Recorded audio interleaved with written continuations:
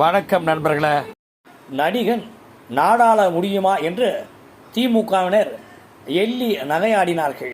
இதற்கு பெரிய பாடம் கற்பிக்க வேண்டும் என்று நினைத்த மக்கள் திலகத்தின் ரசிகர்கள் என்ன செய்தார்கள் தெரியுமா? ஒரு கட்சி தொடங்கினால் கொள்கை, உறுப்பினர் சேர்க்கை, நிர்வாகிகள் என இருப்பார்கள்.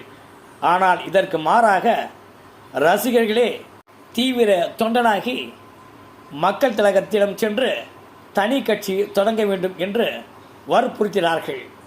இதன் விளைவாகவே உருவானதுதான் அனைத்திந்திய அண்ணா திராவிட முன்னேற்ற கழகம் என்கின்ற மாபெரும் ஒரு கட்சி.